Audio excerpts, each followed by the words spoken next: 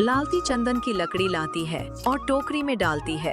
एक पल में टोकरी चंदन की लकड़ियों से भर जाती है। अरे ये तो सच में जादू है।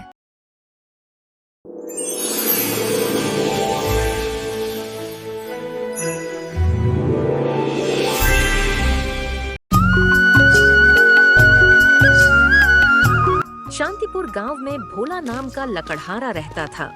उसकी पत्नी लालती और 2 बच्चे गोपाल और राधा रहते थे। लालती, मैं निकल रहा हूँ, आज देर हो गई है। बच्चों को तुम स्कूल छोड़ देना। ठीक है, लेकिन बच्चे 2 दिन से कह रहे हैं कि टीचर ने फीस देने को कहा है। तो दे आओ। कहाँ से दूं? आपकी इसी तनख्वाह में घर मुश्किल से चलता है। आप पैसे बढ़वाइए सेठ से, सब चीजें महंगी हो रही हैं। भोला काम पर जाते हुए बुदबुदाया। हाँ, आज ही सेठ से बात करता हूँ। जंगल में बाकी लकड़हारे पहले से ही सेठ के रवैये को लेकर परेशान थे। आज पगार का दिन है और धनीराम जरूर कोई बहाना लगाएगा। पिछली बार तो ब्याज के नाम पर आधी तनख्वाह काट ली थी। मेरी बिटिया बीमार थी, 2 छुट्टी ली, बस उसी का फायदा उठाकर पगार काट दी। भगवान करे इस बार पूरा पैसा मिले। शाम को सब सेठ धनीराम के पास पहुँचे। सेठ जी, महीना पूरा हो गया, पगार दे दीजिए। अरे अभी मेरे पास पैसे कहाँ है, माल अभी बिका नहीं, कल परसों तक ले लेना। सेठ जी, घर में कुछ नहीं बचा है। समझ में नहीं आता क्या, अभी पैसे नहीं है। सबके चेहरे उतर गए। घर पर लालती ने पूछा, कितनी पगार मिली? 1 भी रुपया नहीं मिला। सेठ ने कहा है कल परसों तक ले लेना। पर बच्चों की फीस? टीचर ने तो चेतावनी दी है। क्या करूं, इंतजार ही कर सकते हैं। 2 दिन बाद आखिर पगार मिली, लेकिन कटौती के साथ। रमेश, ये ले 2000। पर सेठ जी, मेरे तो 3000 बनते हैं। अरे तू आराम भी तो करता है, लेना है तो ले, नहीं तो निकल। अब बारी आई दूसरे लकड़हारे हरीश की। हरीश, तुम्हारी छुट्टियाँ ज्यादा थीं, लो 1500 रुपए। सेठ जी, मेरी तो असल पगार 2500 बनती है। तुमने बहुत छुट्टियाँ ली थीं, ज्यादा चाहिए तो कहीं और जाओ। हरीश दुखी होकर पैसे लेकर हट गया। अब भोला की बारी आई। भोला, ये लो तुम्हारे 2000 रुपया। मेरे तो 2500 थे, मैंने छुट्टी भी नहीं ली। बाजार में लकड़ी सस्ती हो गई है, अभी इतना ही मिलेगा, चाहिए तो लो, नहीं तो दूसरा काम ढूंढो। भोला मजबूरी में पैसे लेकर चला गया। इतने कम में कैसे चलेगा?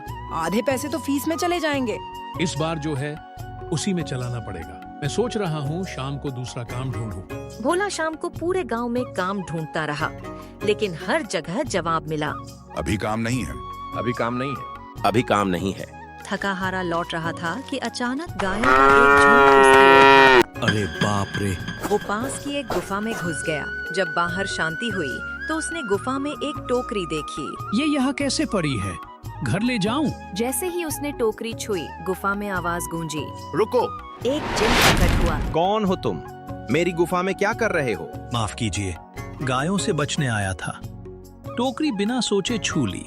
डरो मत, तुम ईमानदार हो इसलिए इस गुफा में आ पाए। ये टोकरी अब तुम्हारी है, जादुई टोकरी। जादुई? हाँ, पहली चीज जो इसमें डालोगे वही चीज ये बार बार बना देगी, पर कोई और वस्तु डालने की कोशिश मत करना। भोला टोकरी लेकर घर पहुंच गया। कहाँ थे? क्या मिला? लालती, ये देखो, जादुई टोकरी। वो पूरी घटना सुनाता है। तो इसमें क्या डालेंगे?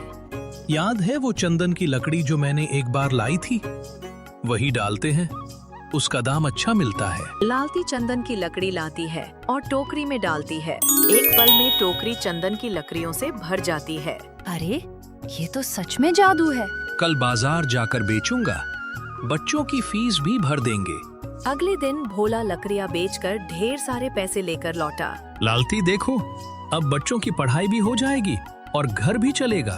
तो अब सेठ के यहाँ क्यों जाए? सेठ के लिए नहीं, बाकी लकड़हारों को बताने जा रहा हूँ।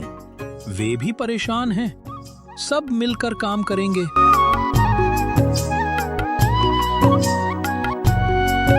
अगली सुबह वो जंगल गया और सबको इकट्ठा किया। भाइयों, अब हम सेठ के भरोसे नहीं रहेंगे। मेरे पास एक जादुई तरीका है, हम सब मिलकर मेहनत करेंगे और कमाई बांटेंगे। लकड़हारे चौंक गए। तुम अपना राज हम सबके साथ बांटोगे?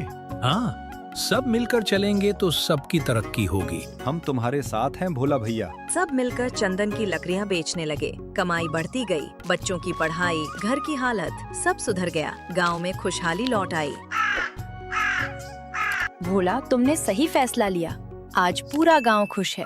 जब सब साथ चलें तभी असली तरक्की होती है।